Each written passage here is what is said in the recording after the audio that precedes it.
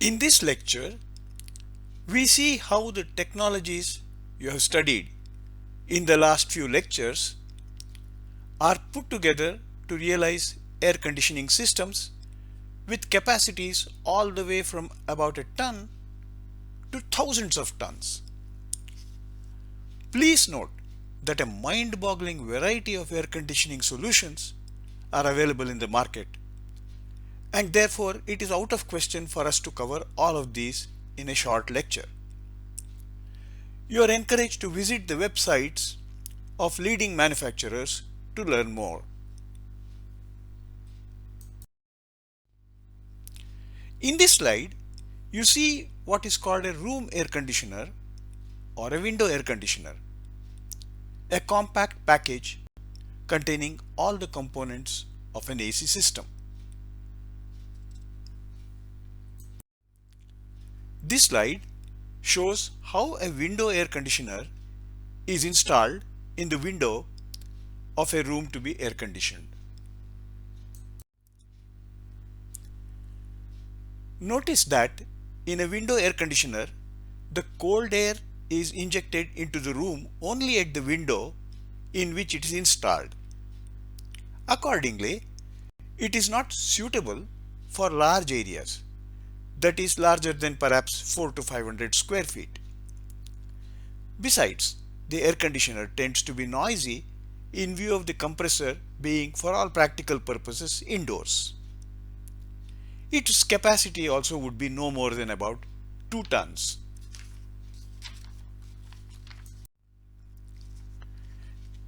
The split air conditioner overcomes some of the problems associated with window air conditioners.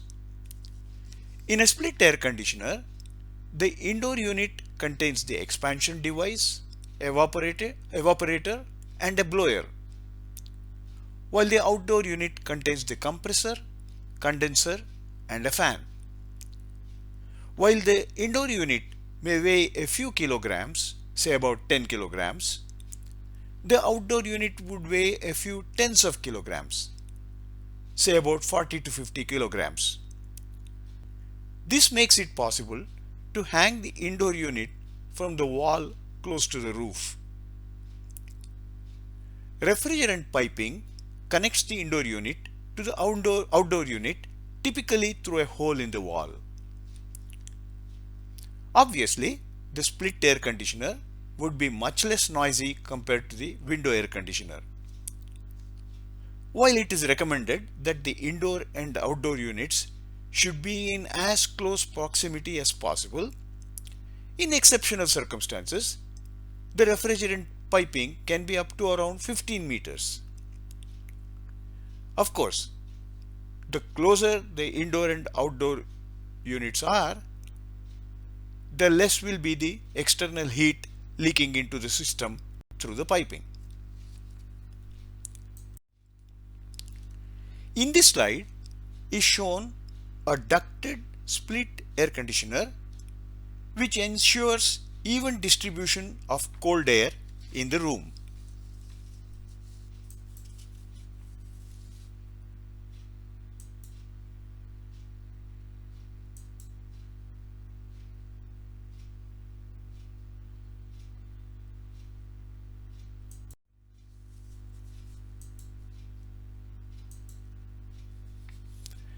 In this slide are shown a variety of types of indoor units.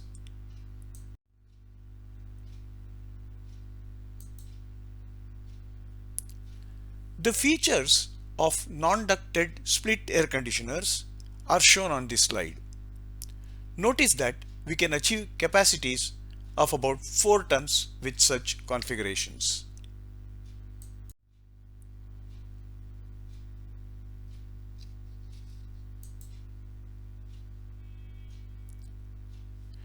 The features of ducted split air conditioners are shown on this slide.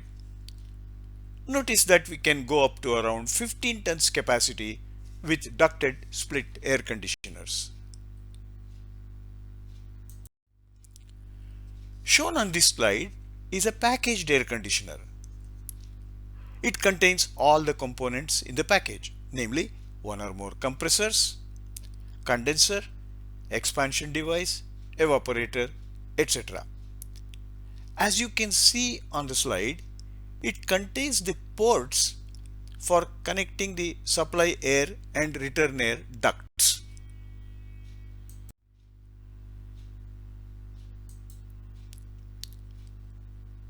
The features of packaged air conditioners are shown on this slide, with which we can achieve capacities up to around 20 tons.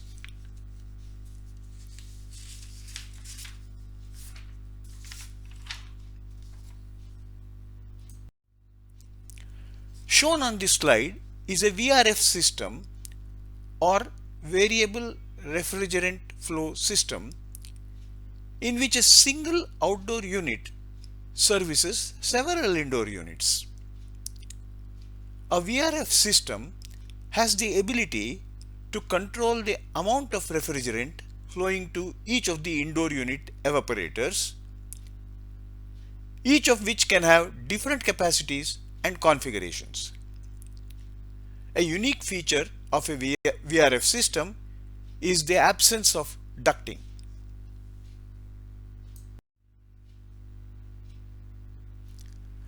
A VRF system can be built up to large capacities of up to even 100 tons or more. Outdoor units with variable speed drive compressors allow energy optimization.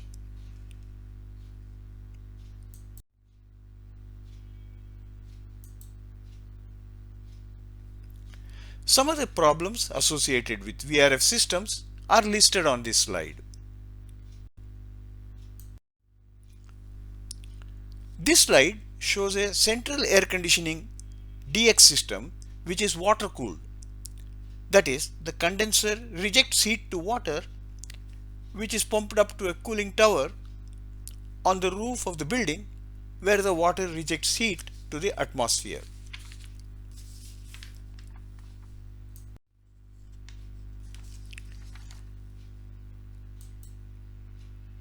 In an earlier lecture, you have already understood what is meant by a chilled water system. While in a DX system, the refrigerant cools warm air from the conditioned space directly in the DX evaporator, in a chilled water system, the refrigerant cools water in an equipment called chiller.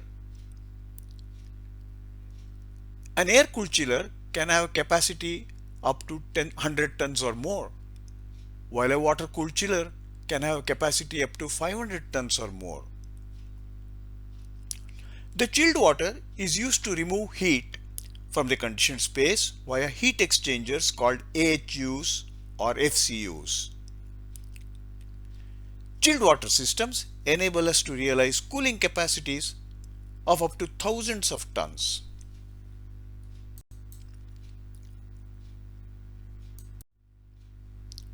Shown in this slide is an air-cooled chiller package. It contains the evaporator, in which the refrigerant vaporizes and in the process chills water. Then you have the compressor, which generates high pressure refrigerant gas. Then you have the condenser, which condenses the high pressure refrigerant gas back into liquid. Notice that the condenser is air cooled.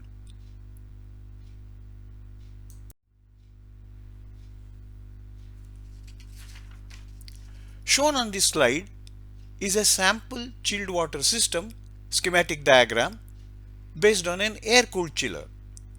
Typical temperatures are also shown. This is a comfort air conditioning system with the AC space being maintained at around 25 degrees centigrade, 50% relative humidity.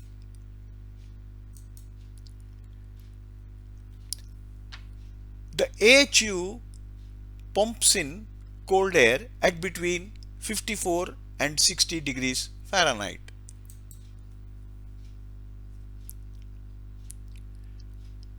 The AHU sucks in return air from the AC space as well as some outside air for ventilation purposes. The chiller supplies chilled water to the AHU at about 44 degrees Fahrenheit. The AHU returns chilled water to the chiller at a higher temperature of about 54 degrees Fahrenheit.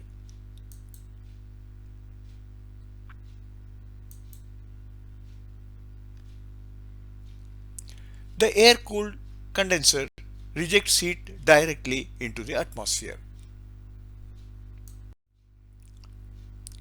Shown on this slide is a sample chilled water system schematic diagram based on a water-cooled chiller.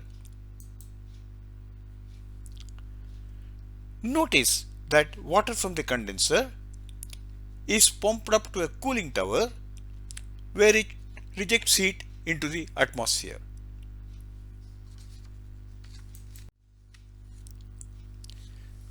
Here's the schematic diagram of a chilled water system deploying multiple chillers.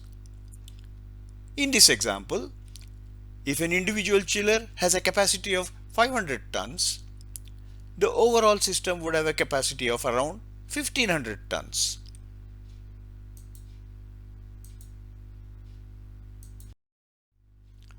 This brings us to the end of chapter 1 of module 2. Thanks for watching.